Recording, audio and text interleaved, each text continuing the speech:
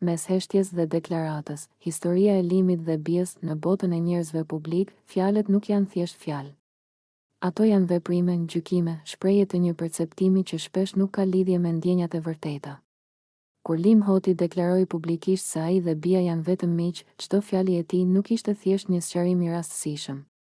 Ishte një veprim që krijonte narrativ, që orientonte perceptimin e publikut dhe vendoste kufi midis asaj që mund të dijej dhe asaj që duhej të ruhej në heshtje. Fjala vetëm miq nuk është një frazë e vogël. Ajo bart një ngarkesë të rëndë përgjegjësie. Ajo krijon imazhe, interpretime, paragjykime. Publiku dëgjon dhe i ndan botën në të drejtë dhe të gabuar, në atë që është publike dhe atë që duhet të mbetet private. Por Limi nuk deklaroi vetëm për publikun. Ai deklaroi për veten, për të ruajtur ekuilibrin midis jetës së tij private dhe pritshmërisë publike. Në të njëjtën kohë, bia kishte bërë një kërkesë private: mos trego që kemi pasur marrëdhënie bashkë. Ajo nuk kërkonte të mohonte realitetin, por të ruante një pjesë të jetës së saj që ishte e rëndësishme dhe e shenjtë. Ajo kërkonte respekt për kufijtë e saj.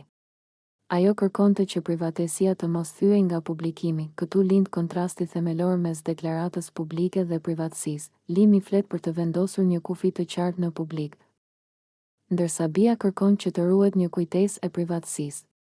Në një botë ku çdo gjes, çdo fjali dhe çdo hap shndërrohet në spektakël, ky kontrast është dramatik.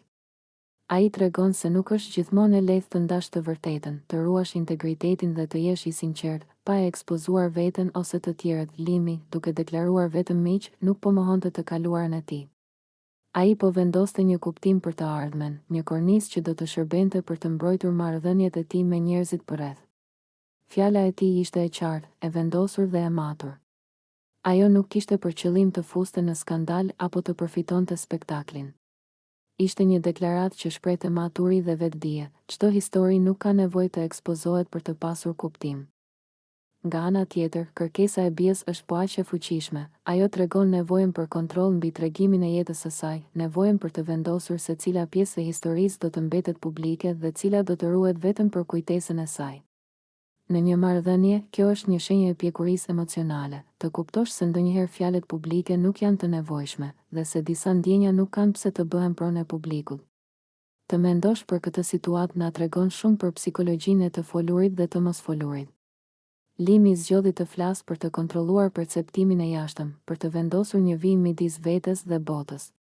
Bia zgjodhi të heshtë dhe të ruajë të vërtetën e brendshme, duke kërkuar respekt për privatësinë e saj. Në këtë kontrast shfaqet fuqia e heshtjes dhe peshë e fjalës së zgjedhur. Çdo fjali ka vendin e vet. Limi e përdori fjalën për të vendosur një kufi, bia përdori heshtjen për të ruajtur një kujtesë. Këtu nuk ka fjalë të gabuar, nuk ka të drejtë ose të keqe. Ka vetëm kuptim dhe vendim. Dhe këtu shfaqet diçka që shpesh harrohet: të folurit dhe të mosfolurit janë të barabarta në ndikim, vetëm se ndikojnë në mënyra të ndryshme. 5 minuta, 10 minuta pas deklaratës së Limit, unë do të thoja se bia ndjeu diçka të ngjashme me qetësinë. Fjalët e Limit e siguruan, por heshtja e saj ruajti thelbin.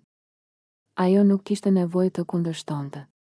Ajo nuk kishte nevojë të shpjegonte. Thjesht ruajti të vërtetën e saj të brendshme, të ndarë nga spektakli. Në këtë histori, ne mësojmë se nuk është gjithmonë e nevojshme të tregosh gjithçka, dhe që fjala publike nuk është gjithmonë sinonim i së vërtetës totale.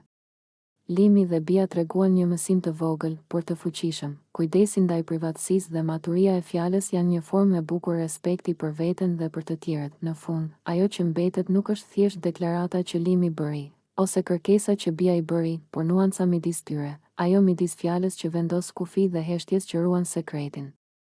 Kjo është një leksion për të kuptuar rëndësinë e kujdesit ndaj ndjenjave, rëndësinë e kontekstit dhe fuqinë e heshtjes dhe të folurit të zgjedhur. Në këtë marrëdhënie, çdo akt, qoftë fjala, qoftë heshtja, ka kuptim dhe vend. Dhe aty shfaqet bukuria e së vërtetës. Ajo nuk duhet të thuhet gjithmonë, por kur thuhet, duhet të jetë e zgjedhur me kujdes.